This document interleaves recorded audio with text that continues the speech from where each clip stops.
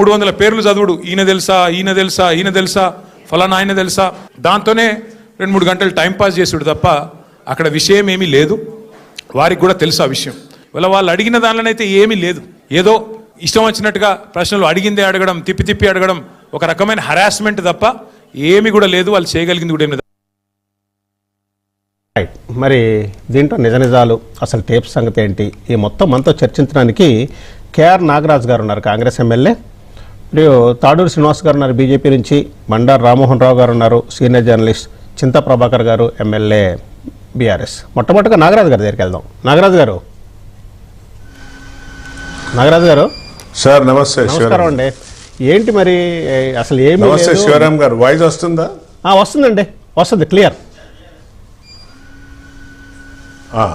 Okay sir. అసలు ఏమీ లేదు, లొట్ట పీస్ కేసు అని ఒక ఆయన అంటాడు, ఒక ఆయన నేనే ప్రశ్నలు అడిగాను సిట్ని అంటారు.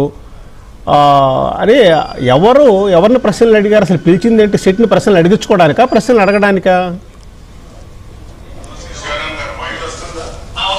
సార్ నమస్తే. ఇప్పుడు అందరికీ నమస్కారం, డిబేట్లో ఉన్న వారందరికీ కూడా.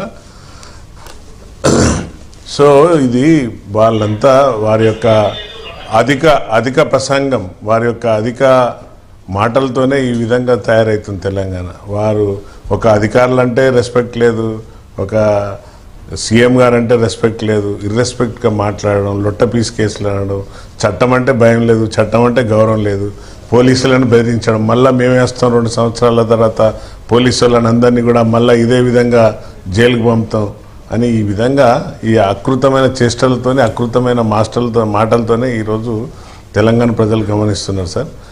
ఈ వైలేషన్ అయిందా లేదా అనేది ఇక్కడ ముఖ్యమైన పాయింట్. వైలేషన్ అయిందా లేదా అంటే, ఇప్పుడు నిన్న బహుశా ఆర్ఎస్ ప్రవీణ్ కుమార్ గారు అనుకుంటారు, టీ న్యూస్లో అక్కడ వారి ఆఫీస్లో పెట్టి చెప్పారు, ఇది ఓన్లీ దేశ భద్రత కోసం, అంతర్గత భద్రత కోసం, గుండాల మీద లేక రౌడీల మీద లేకుంటే ఇంకేమైనా వేరే విషయాలు మాట్లాడుకుంటా ట్యాపింగ్ అనేది ప్రభుత్వం చేస్తుంది కంటిన్యూస్లీ అనేది అన్నారు. మరి నేను కాదంటలేను, ఏకీభవిస్తున్నా. ట్యాపింగ్ చేసే అధికారం అది ప్రభుత్వానికి ఉంటుంది, అన్ని హక్కులు యాజ్ పర్ టెలిగ్రాఫ్ యాక్ట్. మరి ఇక్కడ జరిగింది ఎవరిది అనేది, ఎక్కడ వైలేషన్ జరిగింది అనేది ఇంపార్టెంట్. మళ్ళీ సుప్రీంకోర్టు మన పంజాగుట్టలో కంప్లైంట్ ఇస్తే అది కొట్టేసిండ్రు, అసలు హరీష్ రావుకు సంబంధం లేదు ఇందులో, లేకుంటే టెలిఫోన్ ట్యాపింగ్కు నాయకులకు సంబంధం లేదన్నట్టు మాట్లాడుతున్నారు. ఇక్కడ క్వశ్చన్ ఏంటంటే వైలేషన్ అయిందా కాలేదా? అదేమో ప్రైవేట్ కంప్లైంట్.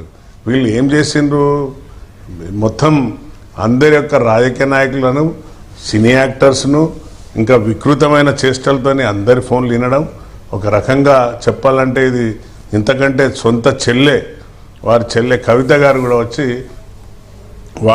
వారు ఉద్దేశించి మాట్లాడినది కూడా చూసినాం సార్. ఇది వైలేషన్ 100% అయింది. వీరు బయటకు వచ్చినాక అప్పుడు కూడా పెద్ద వాళ్ళు కేసీఆర్కే నదుల మీద నడకలు నేర్పినాడు, ఆయనను క్వశ్చన్ చేసేంత ధైర్యం ఉన్నది అక్కడ ఉన్న అధికారులకు, ఇప్పుడు మమ్మల్ని క్వశ్చన్ చేసేంత సిట్టోళ్లకు అంత తెలివి ఉన్నది అన్నట్టు మాట్లాడుతున్నాడు. పోలీసుకు ఎప్పుడు కూడా సార్, పోలీస్ ఇన్వెస్టిగేషన్లో దొంగ ఎంత పెద్ద గజ దొంగ అయినా, ఎంత దొంగోడైనా కూడా ఒక క్లూ ఇడిచిపెట్టిపోతాడు. ఆ క్లూతోనే పోలీసు వాళ్ళు ఇన్వెస్టిగేషన్ చేస్తారు. బేసిక్గా ఎవిడెన్స్, డాక్యుమెంటరీ ఎవిడెన్స్ అన్నీ కూడా కలెక్ట్ చేసినాకనే దీనిపైన సమగ్రంగా విచారణ జరుగుతుంది. ఎఫ్ఎస్ఎల్ వీళ్ళు ఎంత డిస్ట్రాయ్ చేసినా కూడా ఎఫ్ఎస్ఎల్ అనేది ఒకటి ఉంటుంది. ఆ ఎఫ్ఎస్ఎల్ ద్వారా అన్నీ కలెక్ట్ చేసినాకనే ఈరోజు ఈ యొక్క కేసు ముందుకు సాగుతుంది. కాబట్టి వైలేషన్ అనేది అయింది. కాబట్టి అది ఎవరి మీద జరిగింది అనేది వైలేషన్ మీరు అందరం చూస్తున్నాం సమగ్రంగా. అది రాజకీయ భద్రత కోసం కాలేదు, లేకుంటే అంతర్గత భద్రత అస్సలు కాదు, లేకుంటే ఇంకెవరిదో వారి ప్రభుత్వాన్ని కూలగొట్టిన వాళ్ళు కాదు ఇప్పుడు ఉన్న వాళ్ళందరూ. మరి అందరూ నక్సలైట్లు కాదు, లేక మావోయిస్టులు, ఇప్పుడు పిలవడే మావోయిస్టులు కాదు. ఎవరి కోసం ట్యాపింగ్ చేసిండ్రా అంటే వారి యొక్క స్వలాభాల కోసం ట్యాప్ చేసింది. కాబట్టి ఈరోజు కేసు పూర్తిగా విచారణలో ఉన్నది సార్. రైట్ నాగరాజు గారు.